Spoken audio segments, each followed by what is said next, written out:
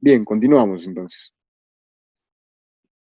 Entonces seguimos con los sondeos con recuperación de testigo, ¿no? O la perforación con recuperación de testigo, que es lo mismo, ¿no? Un equipo de perforación de sondeos con recuperación de testigo consta de lo siguiente: la sonda, que es la máquina y el conjunto de elementos mecánicos necesarios para realizar las fuerzas de empuje y rotación, así como la de suministrar el fluido de perforación necesario, ¿no? Aquí un poco lo que me hicieron la pregunta anterior, ¿no? Esto ya viene a ser elementos mecánicos ya de la máquina, pues, ¿no? ¿Qué es la sarta de perforación? Básicamente la sarta de perforación es el conjunto de tubos, ¿no? Conjunto de tubos más la herramienta de corte, pues, ¿no? Que son los que producen el avance de la perforación, ¿no? Y por ende, más adelante recogen los testigos, ¿no? Entonces hay que tener bien diferenciado esto: la sonda y la sarta de perforación. La sonda es la máquina y la sarta de perforación son las tuberías, pues, ¿no? Sondeos con recuperación de testigo. Seguimos con este tipo de perforación. Las herramientas de corte características en este método de perforación son las coronas de diamante, ¿no? O el diamond core. Las coronas van montadas en el extremo de un tubo junto con otros elementos que forman la batería de perforación o el core barrel. Esto es lo que va en la parte inicial, ¿no? En la que va a generar el corte de la roca, ¿no? Ahí vemos un esquema en la parte derecha inferior de cómo es una batería convencional de doble tubo tipo T. Entonces va acoplada a la broca y esta, de acuerdo al empuje y a la rotación, va a ser la que genere este corte en el macizo rocoso, pues, ¿no? ¿Cuáles son los factores a tomar en cuenta? Hay que tener bien claro esto. Primero es conocer la línea de perforación: HQ, NQ, BQ y la Q, ¿no? Que no, AQ es de menor diámetro, pero acá tengo una pregunta de Augusto. ¿Influye el factor humano para el aumento de productividad y recuperación? Obviamente, el factor humano es primordial, ¿no? En esta actividad. Tú me preguntarás, o tú te preguntarás también, ¿no? ¿En qué influye? En productividad, obviamente. Si este personal, ya sea por falta de capacitación, por falta de conocimiento, falta hasta de concentración en la actividad, ¿no? Que pueda desencadenar un incidente, un accidente, en el peor de los casos, de hecho te va a generar costos, ¿no? Que no estaban planeados. Ahora, en cuanto a la recuperación también, pues, ¿no? Al momento de manipular el tubo interior, ¿no? Si este personal no tiene la capacitación, obviamente te va a perder muestra, ¿no? Y este es un problema que se suscita a diario, señores. Nosotros, si somos geólogos o somos supervisores y vemos en las cajas portatestigos muestras estiradas, el diámetro, el cilindro del core debería entrar completo, ¿no?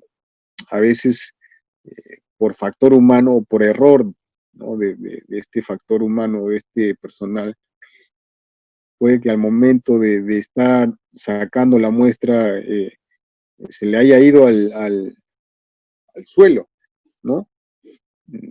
Entonces ya existe una contaminación. Por ende, mira, ojo, te estoy poniendo un ejemplo que se da. Yo ya en estos más de 9 años he visto que se sigue dando. Entonces, por temor a recoger esta muestra extraída, ¿no? La deja ahí en el suelo, ¿no? Entonces, ¿qué hago con la muestra que se ha recuperado? Ah, ya, la extiendo, pues, ¿no? Para que cubra toda la canaleta, ¿no? Entonces, obviamente, ya está influyendo eh, en esta recuperación de roca, ¿no? Y obviamente en la información que nos va a brindar ya estaría alterada también, pues, ¿no? Entonces, sí, Augusto, sí influye muchísimo el factor humano, ¿sí? Mucho depende de su capacitación y de la ética profesional que cada uno tenga, pues, ¿no? No sé si quedó absuelta tu duda, Augusto. ¿Me confirman, por favor? Tengo otra pregunta de Edwin Vargas. ¿Cuándo debemos usar la perforación diamantina RC y para qué tipo de depósito es más recomendable usarlo? A ver, Edwin, mencioné, ¿no? En RC se puede utilizar en cualquier tipo de yacimiento, ¿no? Pero no podemos iniciar una campaña de exploración desde cero con este tipo de perforación por aire de reverso. O sea, de poder se puede, ¿no? Si yo quiero y tengo el presupuesto, lo hago, ¿no? Pero no es recomendable. ¿Por qué? Porque nosotros, o este tipo de perforación te va a arrojar detritus, ¿sí? Te va a arrojar detritus. Entonces, va a ser más complicado poder recaudar la información de estos detritus que de un core completo, inalterado, ¿sí? Entonces, de poder se puede, pero no es recomendable, ¿no? Y tú vas a ver en toda campaña de perforación, se inicia con perforación diamantina, con recuperación de testigo, ¿sí? Posterior a esto, sí, ¿no? Es decir, lanzamos 3 taladros solo para reconocer el terreno, ¿no? Pero, ojo, con recuperación de testigo. Ah, ya, entre estos 3 taladros, ¿puedo lanzar 2 taladros con RC? Sí, ¿por qué no? Porque es de menor costo y ya tengo información a los extremos. Entonces sí puedo hacer una perforación RC, ¿no? ¿Por qué? Porque va a ser de menor costo y ya tengo información previa, pues, ¿no? No sé si quedó clara tu pregunta, Edwin Vargas. Ingeniero, tengo una consulta. ¿Cómo saber si debo empezar con una línea de perforación HQ o NQ, ¿no? ¿Qué aspectos debo tomar en cuenta, ¿no? La roca, quizá la profundidad. Básicamente es por costos, una, ¿no? O sea, primero tienes que ver el costo que te va a generar. Empezar una perforación con HQ es más costoso que empezar una perforación con NQ o BQ, ¿no? Uno es el factor costo. Dos, depende de la profundidad que tú quieres o que tú pretendes alcanzar con esta perforación. Entonces, si vas o tu objetivo se encuentra a 100 metros, 200 metros, puedes realizar, si tienes el presupuesto necesario, puedes realizar una perforación con HQ desde el inicio, ¿no? Si tienes el presupuesto, no hay problema, lanza tu perforación con HQ. ¿Es más costoso? Sí, pero no es recomendable, pues no, por costos, básicamente.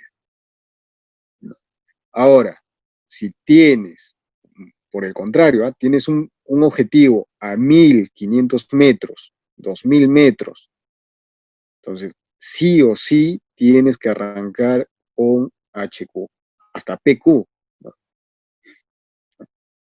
¿Por qué? Tú me dirás, pero ¿por qué, ingeniero? Porque con una línea de menor diámetro, tu taladro se va a desviar, ¿sí? Se va a desviar mucho más rápido, mucho más arriba.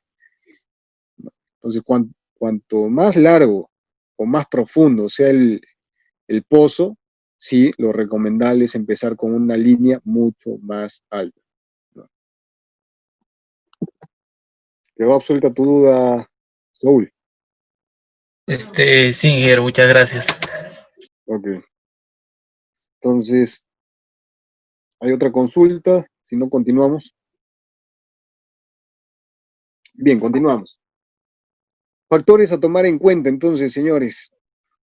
Uno es la línea de perforación, como les mencioné y mencioné ya en la pregunta que me hicieron hace unos segundos, ¿no? Tenemos que ver qué tipo de línea de perforación. Vamos a empezar con un HQ, NQ, BQ, depende del presupuesto. Tenemos que ver la dureza del terreno y tenemos que conocer y dar a conocer tanto al perforista como a todo el equipo, ¿eh? Tanto al perforista como ayudantes, qué tipo de terreno van a atravesar ellos para que estén preparados y puedan utilizar parámetros y sus series de brocas. Entonces, estamos en la obligación de poder brindarles esa información a ellos. ¿Para qué? Para que en conjunto podamos alcanzar el objetivo sin mayor problema, ¿sí? Hay muchos profesionales que se esconden la información. Ese tiempo ya cambió, ¿no? Ahora todos funcionamos en equipo, ¿no? Entonces, ¿por qué esconder la información y no brindarles? ¿Saben qué, muchachos? A 100 metros aproximadamente van a cortar un intrusivo, ¿no? Más o menos a los 150, muchachos, vamos a atravesar una zona argílica, es una dureza mucho menor. Entonces, vamos preparando al equipo para que ellos también tomen las decisiones de utilizar una determinada broca, ¿no? Una determinada serie de broca, ¿no? Y obviamente sus parámetros de perforación también van a cambiar. Entonces, es importantísimo darles a conocer eh, el terreno o la dureza del terreno que se va a interceptar, pues, ¿no? La litología, bueno, va íntimamente relacionada, pues, ¿no? Con la dureza. ¿Por qué les mencioné eso de, de que hay que brindarle esta información? Porque muchas veces, señores, y ha pasado, sí, perfecto, el geólogo me dijo, vamos a cortar 100 metros intrusivo y luego vamos a pasar a roca sedimentaria, puede ser una caliza, una arenisca, ¿no? Pero me dijo el geólogo si iba a ser fracturado, ¿no?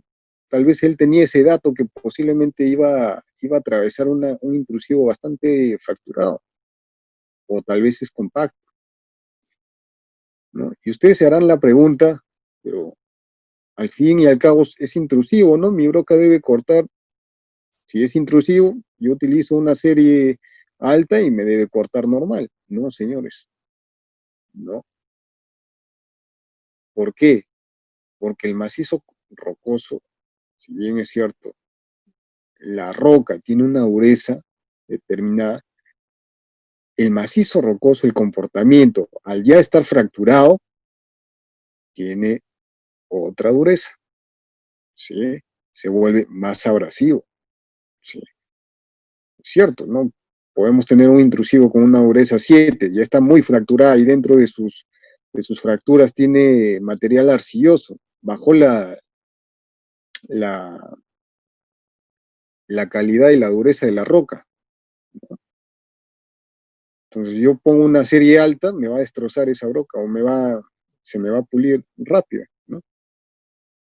¿Por qué? Porque es abrasivo.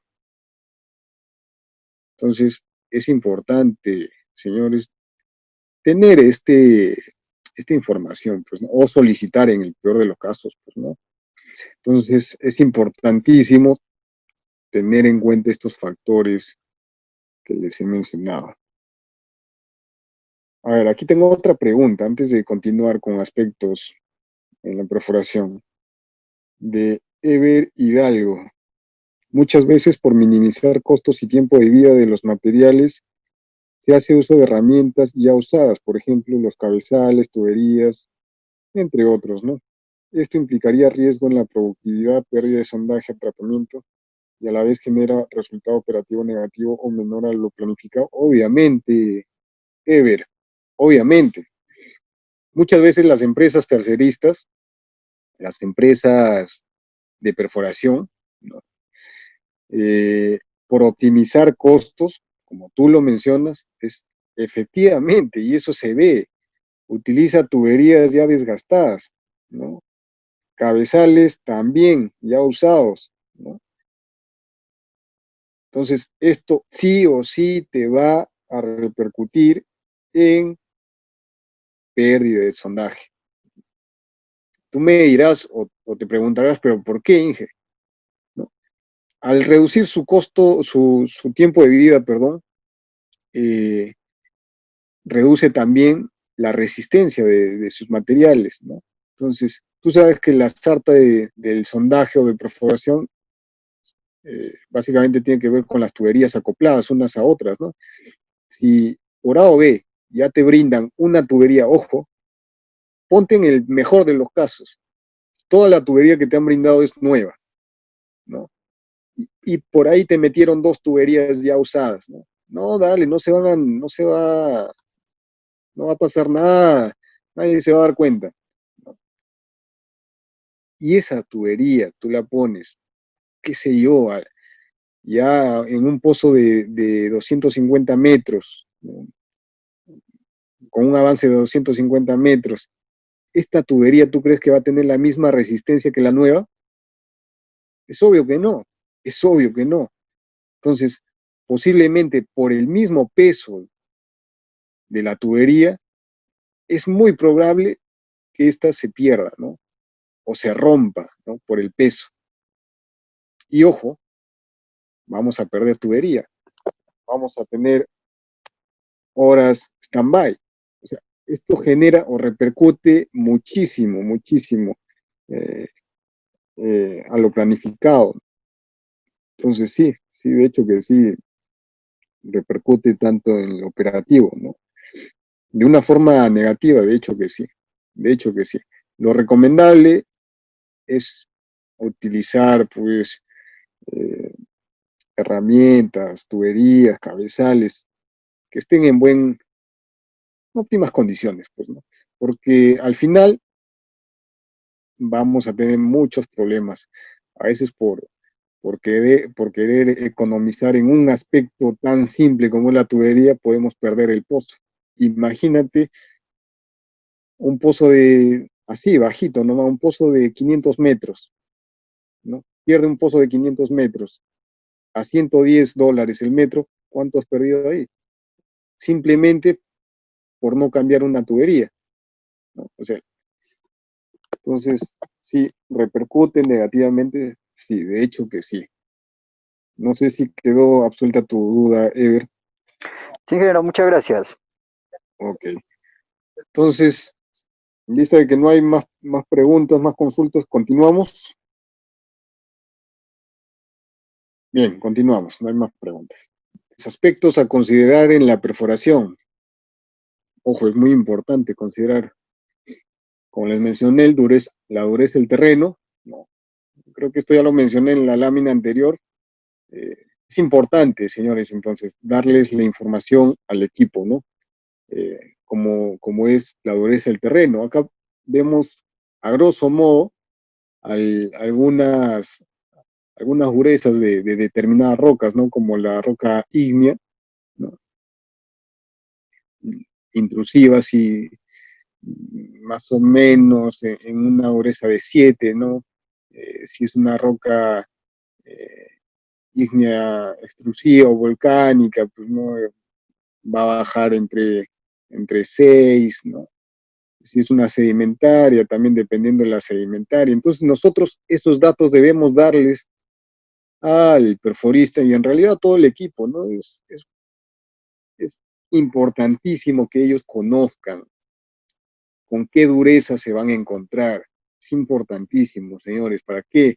Para estar o para funcionar más como un equipo y poder llegar al objetivo sin retrasos, sin problemas. Hay que brindarles, pues no hay que brindarles esta información.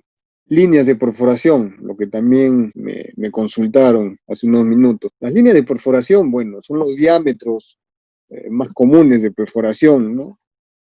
Y testigos resultantes según la norma americana, ¿no? Esto se da en milímetros. Si bien es cierto, hay líneas de perforación que nosotros manejamos o escuchamos con mayor frecuencia, ¿no? Que es el HQ, NQ y BQ, existen otro tipo de líneas también, y son la PQ, la línea PQ y la AQ, que están a los extremos, ¿no? La PQ es de mayor diámetro, señores. Sí, es de aproximadamente 85 milímetros en la muestra, ojo, es decir, PQ 85 milímetros de diámetro en el testigo o de agujero, ¿no? No de broca, de agujero. Si hablamos de, perdón, eh, 85 milímetros de muestra, claro, está bien, de muestra. no del agujero netamente ya perforado, ¿no? ¿Por qué? Porque es obvio que la broca va a tener una dimensión. Si bien es cierto, la línea PQ va a tener un diámetro de 85 milímetros, el agujero va a ser de 122, ¿no? Aproximadamente esto varía entre 40 milímetros, más o menos, ¿no? Entonces, es decir, si tenemos o manejamos una perforación con una línea HQ, que es la 66 o 63.5, ¿no? Me dirán cuánto sería el diámetro del agujero del pozo. Entonces, más o menos 40, ¿no? Entonces, aquí en el cuadro yo les estoy mostrando todas las líneas de perforación que existen, pues, ¿no? Desde la AQ, que es la que tiene menor diámetro, ¿no? Seguida por la BQ, NQ, HQ y la PQ. Y ustedes me dirán, ¿cuándo se utiliza cada tipo de línea? Ah, eso sí, depende de qué, de la profundidad que vamos a perforar, depende de qué, del presupuesto que manejamos. Si tenemos un objetivo a 100 metros, a 80 metros, caramba, no le vas a dar pues no vas a lanzar tu taladro con PQ, ¿no? Porque es mucho más costoso, ¿no? Va a ser casi el doble. Lo recomendable, taladros cortos, bueno, empezar con BQ, no hay problema. Son taladros cortos que no va a tener mucha desviación. Ahora, si tu objetivo está a 1500, 2000 metros, obviamente no vas a economizar pues empezando con BQ, ¿no? Bien es cierto, vas a economizar, ¿no? Pero ese taladro no te va a llegar al objetivo, pues no. 2000 metros con BQ, de hecho va a tener una desviación bastante considerable, ¿no? Entonces, eso está en función a lo que nosotros queremos, al objetivo que nosotros queremos alcanzar, pues, ¿no? Y obviamente al presupuesto que se está manejando, pues, ¿no? Bien, entonces en la imagen vemos, ¿no? Diámetro de la muestra, ¿no? La línea, y el diámetro del agujero, ¿no? Que es más o menos, como les digo, 40 milímetros más o menos, ¿no? Ingeniero, una consulta antes de que pase de diapositiva. Ok. En su anterior diapositiva, bueno, me entró la curiosidad por saber qué significan las demás dimensiones, ¿no? Líneas, como las que dice HQ3, PQ3, NQ3. Es la misma línea, ¿ya? Es la misma línea, es una variante. eh, ¿Para qué se utiliza básicamente? La línea PQ son para taladros metalúrgicos.